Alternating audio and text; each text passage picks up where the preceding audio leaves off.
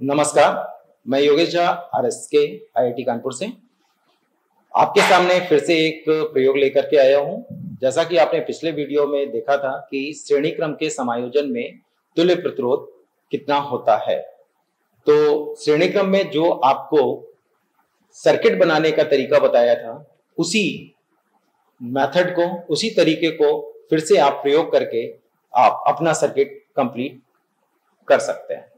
इस प्रयोग में हम अब देखेंगे कि रेजिस्टर्स को समांतर क्रम में जोड़ने पर तुल्य प्रतिरोध कैसे प्राप्त होता है।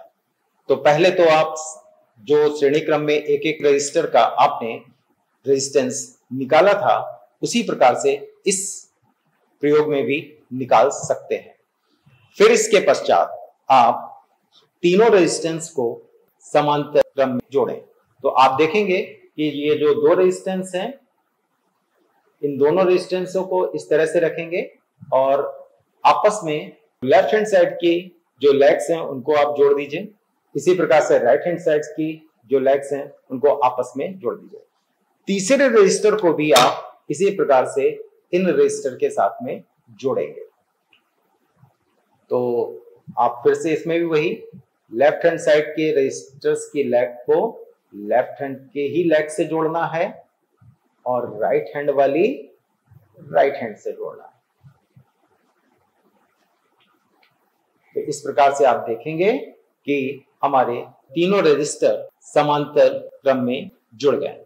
अब हम इसका मान पता करने के लिए इस सर्किट में इन्हीं पिनों की सहायता से जोड़ देंगे। अब ये हमारी पिन की सहायता से जुड़ गई हैं और इसमें हम धारा प्रवाहित करेंगे। तो आप देखेंगे कि वोल्ट मीटर पर भी कुछ रीडिंग मिल रही है और एमीटर पर भी कुछ रीडिंग मिल रही है। इन दोनों रीडिंगों को आप कॉपी पर लिख कर बाद में हल कर सकते हैं। तो आइए हम देखते हैं, हमने इसको पहले से ही हल करके रखा है। तो यहां पर आप देखेंगे रेजिस्टेंस के तुल्य प्रतिरोध को ज्ञात करने के लिए, जैसा कि आपने श्रेणी क्रम वाले वीडियो में R1, R2 और R3 निकाले थे, उसी तरह से हमने इनके R1 और R2 निकाल लिए हैं और इसे हम श्रेणी क्रम के लिए, जो समांतर क्रम के लिए जो सूत्र यूज करते हैं, 1/RT = 1/R1 + 1/R2 + 1/R3 + and so on. हमने यहाँ पर 3 प्रतिरोध लगाए हैं, इसलिए उन 3 प्रतिरोधों को इस फार्मूले में रखते हैं। R1 की जगह पर 10, R2 की जगह 10 और R3 की जगह पर 22। इनको जब हम हल करेंगे तो हमको 0.24 ओम का रेजिस्टेंस मिलेगा। तथा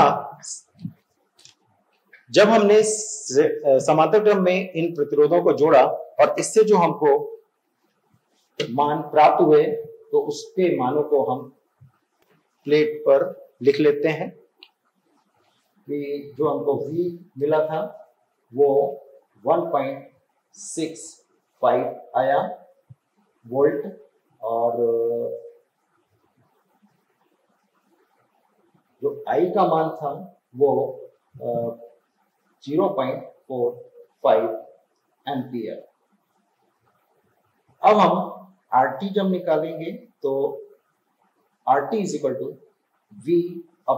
V/I का फार्मूला लगाएंगे और 1.65 अपॉन 0.45 से डिवाइड करेंगे और तो आपको टोटल R जो है वह 0.24 ओम प्राप्त होता है।